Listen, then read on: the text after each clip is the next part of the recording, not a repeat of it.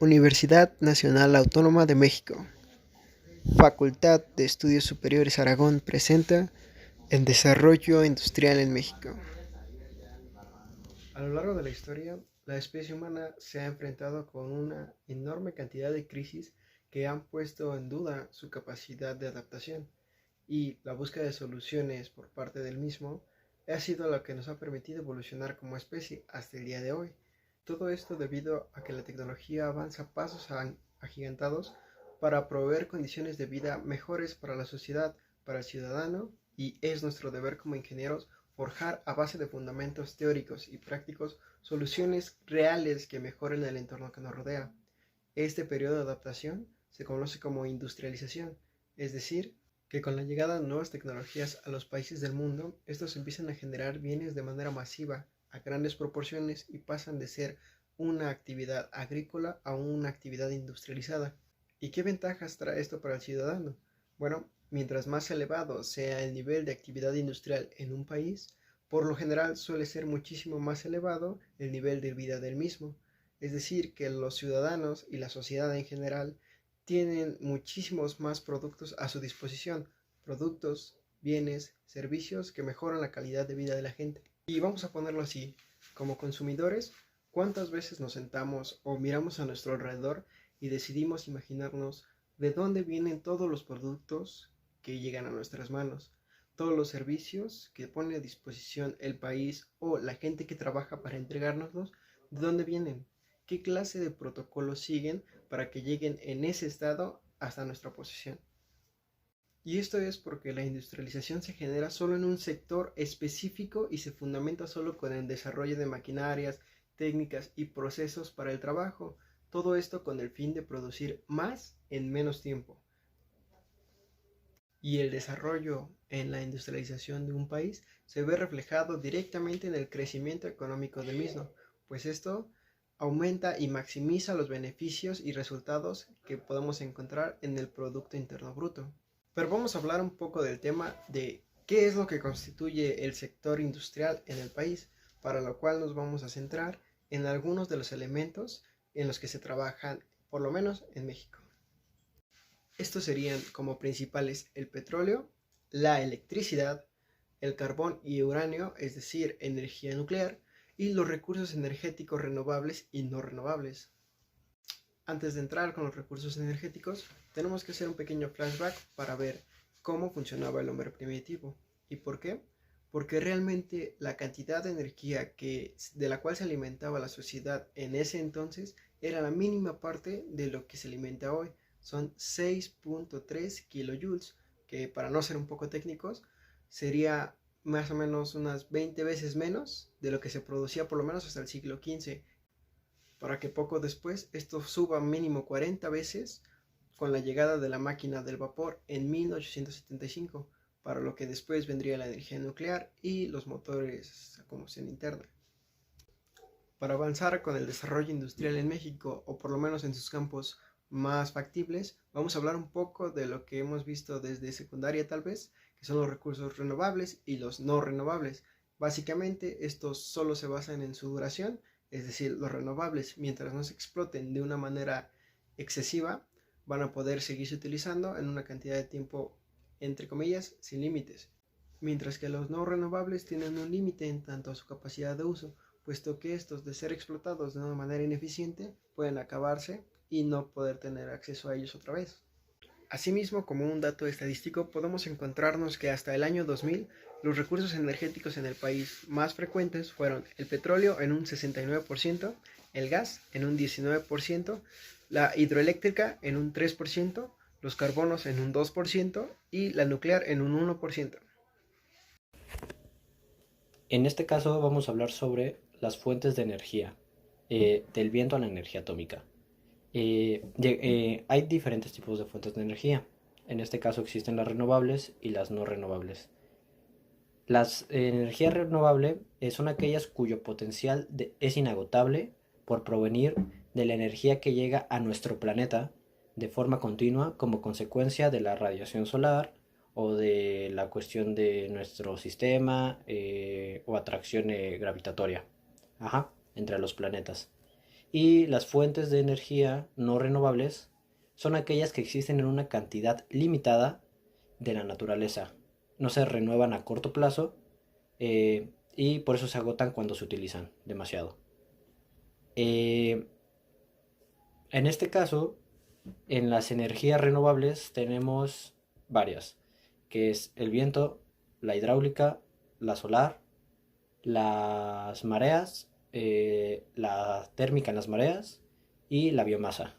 Y de las energías no renovables tenemos el carbón, los hidrocarburos, que son el petróleo y los gases, la geotérmica y la nuclear.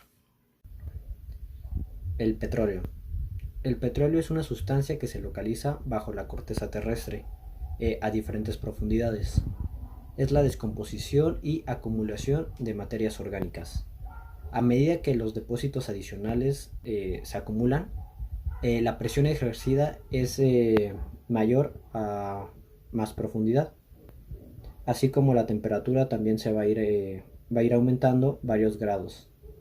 Eh, el carbón se precipita y los esqueletos se endurecen y se va transformando en piedra caliza, y los restos de los órganos muertos también se transforman en petróleo crudo y gas natural. En la época prehispánica se conocía como chapopote, que se utilizaba para fines ceremoniales como pintura negra, pegamento, chicle, como máscara. Y en la época colonial el chapopote se empezó a usar como combustible. A partir de ahí se siguió desarrollando, y en 1901 México se inicia como productor de petróleo o aceite crudo. Hablaremos sobre el comercio exterior de productos petrolíferos. En 1994 hubo exportaciones e importaciones. En las exportaciones hubo pentanos, que fue el 33%, el GLP, que fue el 23%, el diésel, que fue el 19%, turbocina, que fue el 14%, gasolina el 4%, y combustóleo el 2%, y otros el 5%. Eso fue en exportaciones. En importaciones fue gasolina y componente en 51.3%, combustóleo 31.6% y GLP el 17.1%. Después hubo distribución de las reservas de gas probadas en el año 2002, que fue el crudo el 72.3%, gas natural el 18.4%, líquido del gas el 9.3%, región marina fue el 44.2%, región del sur fue el 16.0% y la región norte tiene el 39.8%. La electricidad. La electricidad es la energía causada por el movimiento de electrones dentro de un material conductor.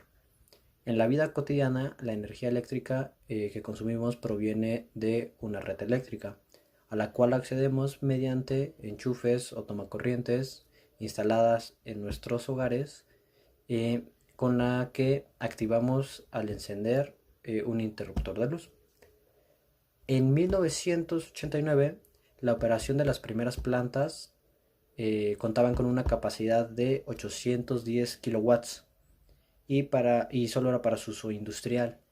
En 1890 se comenzó a utilizar la energía eléctrica en alumbrado, y las mejores 100 compañías privadas tenían una capacidad de 20.000 kilowatts. Ahora, viendo lo anterior, ¿qué tipo de energía se produce en México? Pues México se caracteriza mucho en las cuestiones de energía eólica, que se estima que produce 40.268 megawatts. En energía hidroeléctrica, que se estima también en 53.000 megawatts. Y por último, en la energía geotérmica, que se estima en 10.664 megawatts. Esos son los tipos de energías que produce México. En 1955 se crea la Comisión Nacional de Energía Nuclear. Tiene muchas actividades, por ejemplo, la explotación, la exploración y los beneficios de los minerales radiactivos, con dos campos de interés. El primero, las aplicaciones energéticas y no energéticas. La segunda, los estudios en ciencias nucleares. En 1972 se transforma en el Instituto Nacional de Energía Nuclear.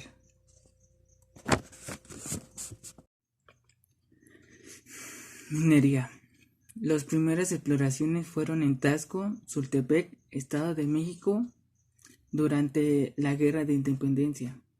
Las minas fueron abandonadas y la producción fue en descenso, del que solo se recuperó al consumarse la independencia.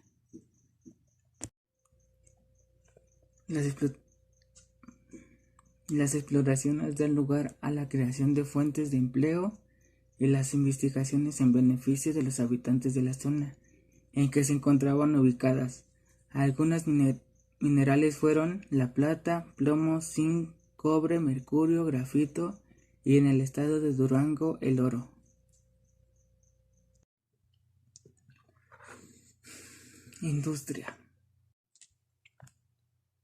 Industria.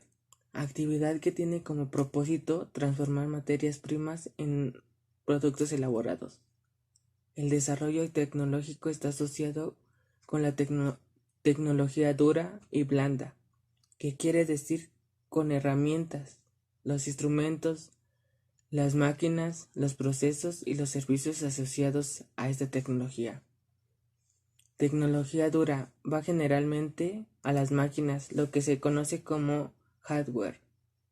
Es toda la tecnología que se necesita para producir cualquier producto. La tecnología blanda tiene que ver con el software, las organizaciones dentro de la industria para la producción. Actualmente, México en la producción industrial cayó un 2% anual en septiembre, con lo que acudió 12 meses consecutivos a la baja. Esto fue la mayor racha negativa desde la crisis financiera 2008 y 2019, informó INEGI, el Instituto Nacional de Estadísticas y Geografía.